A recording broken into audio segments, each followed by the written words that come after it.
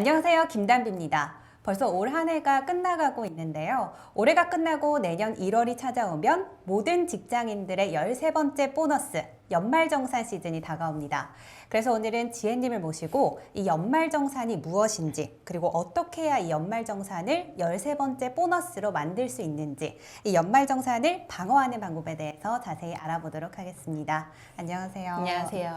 네, 요즘에 사실 이 직장인 친구들 만나면 모두가 하는 말이 연말정산 그렇죠. 이 말을 너무 많이 듣거든요. 네. 근데 도대체 이 연말정산을 사실 뭔가요? 해도 모르겠어요. 사실 연말정산은 간단하게 보면 우리가 월급을 받잖아요. 근데 이 네. 월급은 먼저 우리가 이 세전 월급이라고 하는 게 있어요. 세금을 내기 전 네. 월급이죠. 네.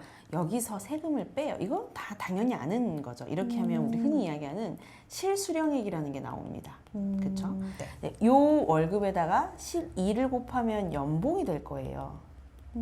연말정산은 뭐냐면 이렇게 1년간 받은 전체 소득을 다시 한번 계산하고 그 세금을 다시 한번 더해서 다시 이 세액을 결정하는 일입니다. 근데 이 세액 결정이 네. 생각해보면 뭐냐면 우리가 월급을 받으면 당연히 쓰는 영역들이 있단 말이에요. 사람이 네. 병원도 가야 되고 그렇죠. 또 이게 정부 정책하고도 좀 연결이 돼 있어요.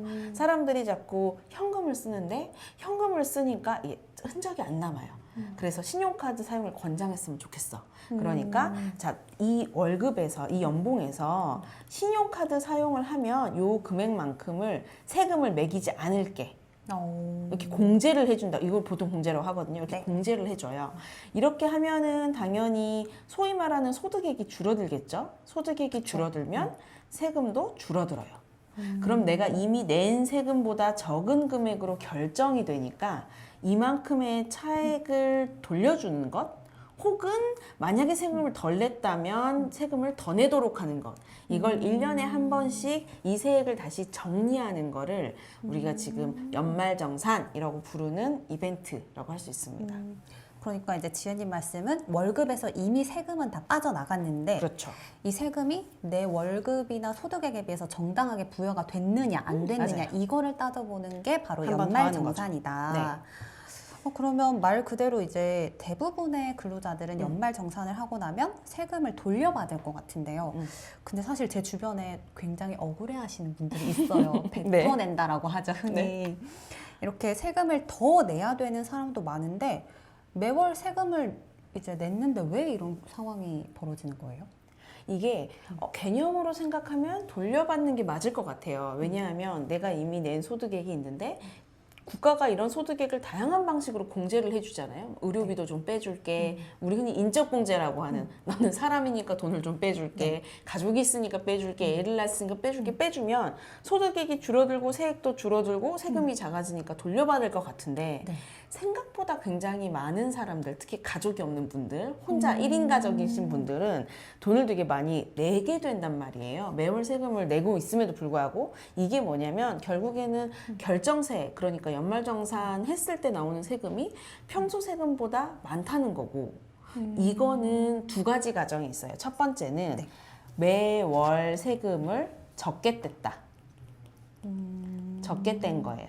그러니까 적게 낸 거죠. 네. 적게 낸 건데 이거 어떤 경우냐면 보통 기업들은 특별히 그런 걸 하지 않는데 사실은 얼마 전부터 우리나라가 보통 그 사람의 세금을 몇 프로를 낼지를 퍼센테이지로 좀 결정할 수가 있어요. 예를 들면 이 사람의 세금을 계산해 보니까 얼마, 예를 들면 2만 원이다 라고 하면은 개인이 선택할 수 있어요.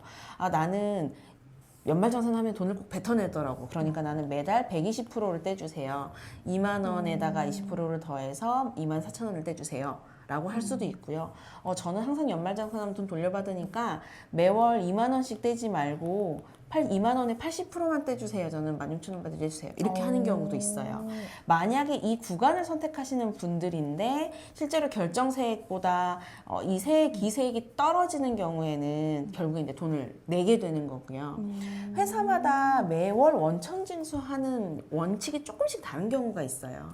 이럴 때도 사실은 국가가 정한 금액과 세금이 달라지는 경우가 있는데 대부분의 케이스는 뭐냐면 생각보다 우리가 소득세를 안 내는 소득이 있어요.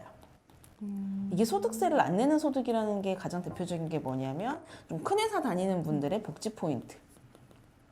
복지 포인트는 포인트로 받고 쓰니까 모르는데 네. 사실은 이 복지 포인트에 소득세가 부과가 돼요. 이 소득세가 미리 처리되지 않으면 연말정산을 할 때 이 복지 포인트가 소득으로 묶여 들어와요. 아, 네. 그리고 두 번째는 인센티브 받으시는 성과급 받으시는 분들. 네. 인센티브 받으시는 경우에는 어떤 이슈냐면 요거 퇴직금하고도 마찬가지인데요. 퇴직금하고도 마찬가지인데 인센티브 같은 경우는 큰 금액이 떨어지잖아요. 예를 들면 연봉은 4천인데 인센티브는 400, 800 이렇게 떨어진단 말이에요. 그러면은 거의 이제 급여가 팍 뛰는 구간이 생기는 거죠.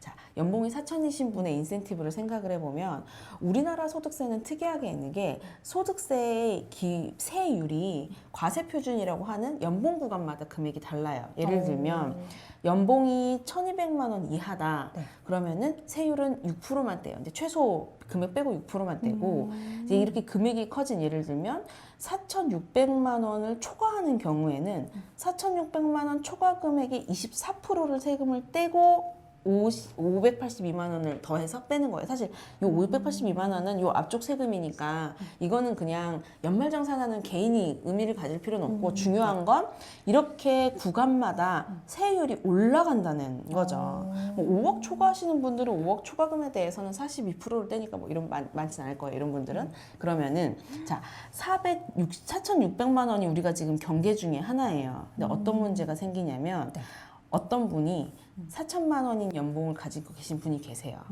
그럼 이 회사는 이 사람한테 4천만 원어치의 소득세를 뗐을 거예요. 근데 이 사람한테 예를 들면 800만 원의 인센티브를 줘요. 그러면은 이 인센티브에 대해서도 그냥 표준 소득세 비율로 뗐을 거라고요. 대략 뭐 한 20%에서 15%를 뗀다고 쳐요. 근데 이분은 이걸 딱 받는 순간 소득 구간이 달라지네요. 4,600을 올라가는 거죠. 그러면은 이 초과분에 대해서는 원래 24%를 떼야 된단 말이에요. 이걸 연말정산에 합산해서 계산하면 구간이 올라가면서 세액이 늘어나 버리는 거예요. 이게 퇴직금을 받으시는 분들도 이런 문제가 많이 발생합니다. 그러다 보니까 보통 이런 분들 그리고 복지 포인트가 들어있는 분들 또 회사가 의료비를 지원해 주기는 하는데 실비보험으로 처리해 주는 방식이 아니라 의료비 자체를 그냥 현금으로 실비로 지급해 주시는 회사도 있어요.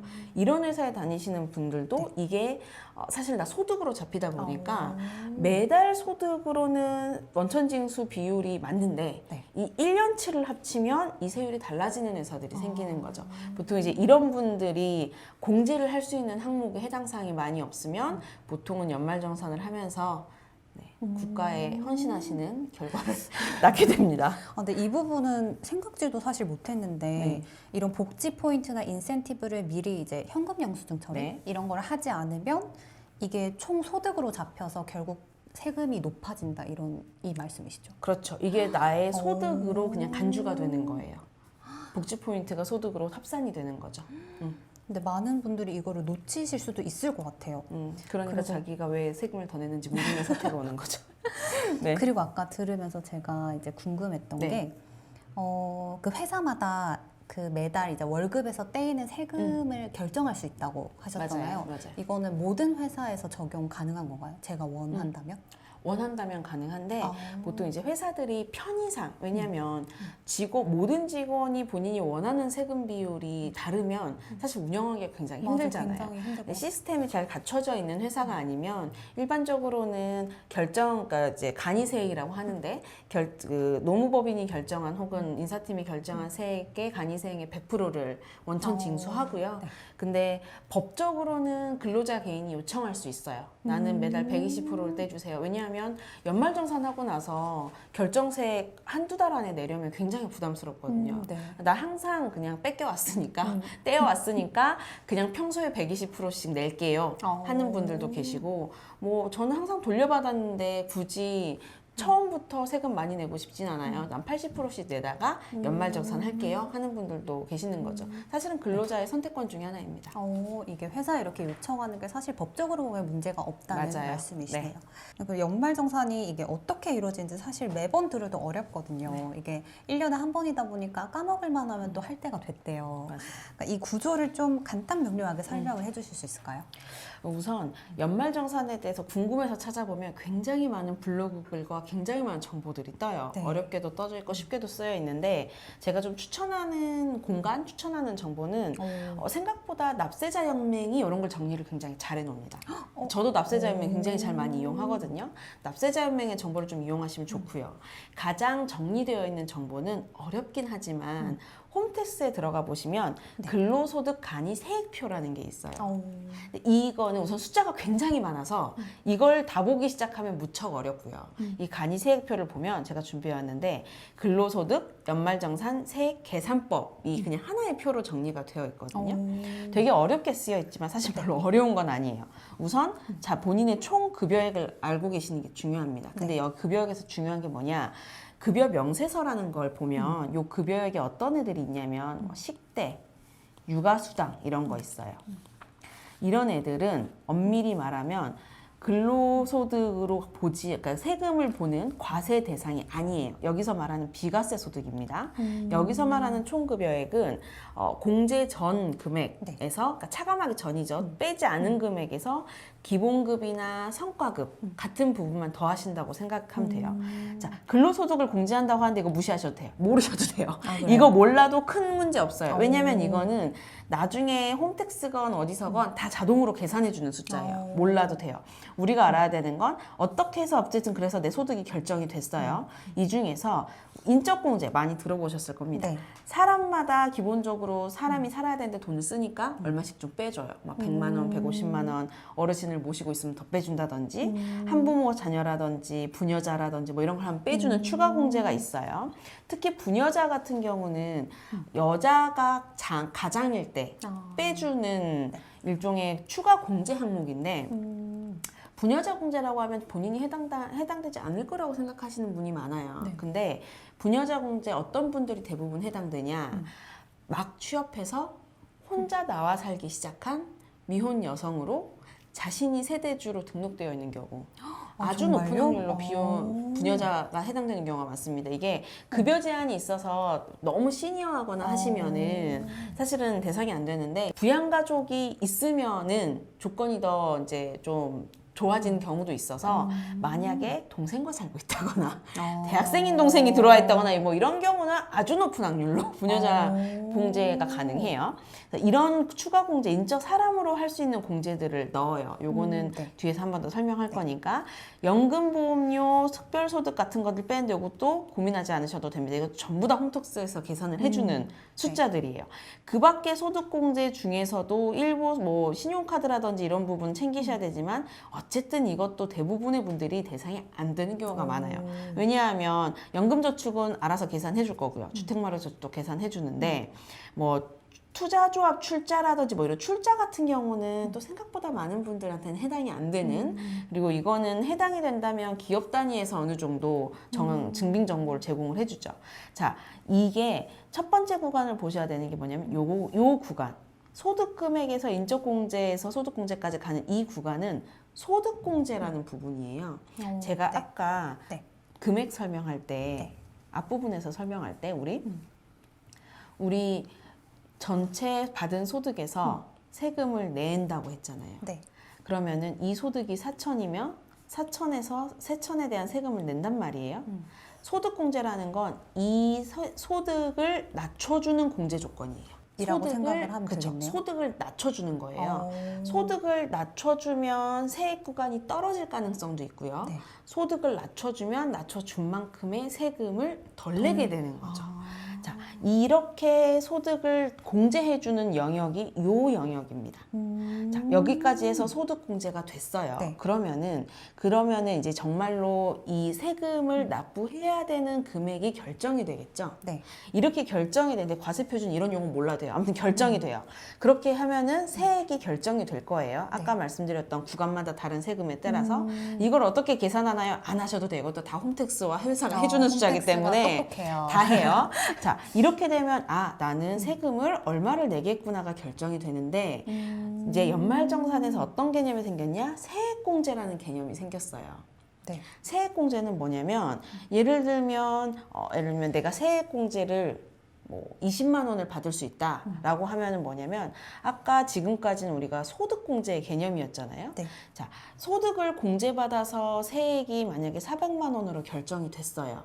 근데 이 사람이 세액을 20만 원 감면받게 됐으면 이 세액에서 20만 원을 빼주는 거예요. 그러면 이 사람은 세금이 380만 원이 돼요. 소득공제와 세액공제의 가장 큰 차이는 네. 소득공제를 유리하게 이용하려면 요 구간 경계에 있는 분들이 소득공제를 이용하셔야 돼요. 소득을 떨어뜨리면 세금 구간이 뚝 떨어지기 때문에 이 결정세액의 폭이 낮아지죠.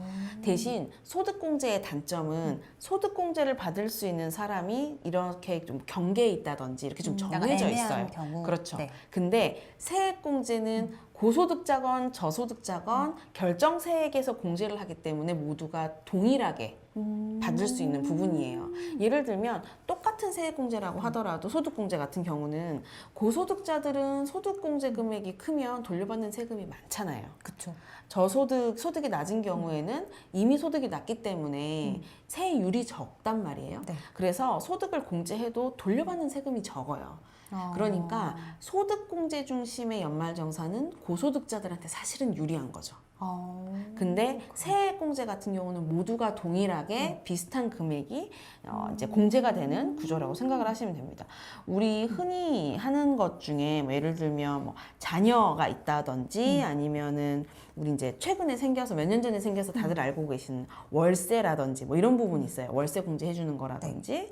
그래서 이제 이런 부분들 뭐 의료비니 교육비니 하는 부분들이 다 세액공제 영역으로 특별 세액공제로 들어왔거든요. 근데 이런 부분들은 결정세액에서 세금을 공제해 주는 방식으로 세액공제로 바뀌었고요.